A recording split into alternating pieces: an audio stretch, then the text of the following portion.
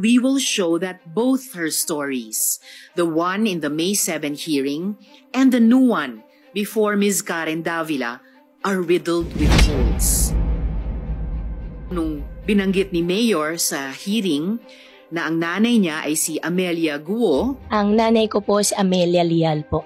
And by the way, sabi niya sa interview niya kay Karen Davila na nakita lang niya ang pangalan ng nanay niyang kasambahay na nakasulat sa birth certificate niya, suggesting na tama ang pangalan ng nanay sa birth certificate niya na Amelia Guo din.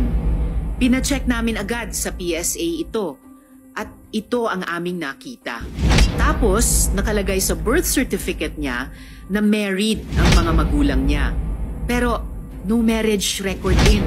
Hindi po ba dapat natin siyasatin ang identity ng isang tao na bago maging mayor ay co-incorporator sa Baofu ang dalawang hinabla ng Singapore court in a 2.8 billion Singapore dollar money laundering probe, the country's largest money laundering case.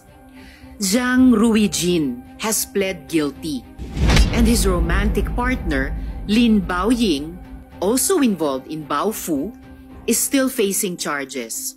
But according to news reports literally yesterday, she was also poised to plead guilty. Padami ng padami na po ang lumalabas na ebidensya. Transnational crime, money laundering, espionage. It is too early to rule anything out. How do we rule anything out when the documentary evidence throughout history demonstrates that United Front operations of the Chinese Communist Party have links to triad groups and criminal syndicates? Is this mayor, who was born on a farm, taught by literally one person from kinder to high school tapos hindi nag-college, a Chinese spy, a big-time money launderer, an enabler of scams and human trafficking, none of the above, one of the above, or all of the above?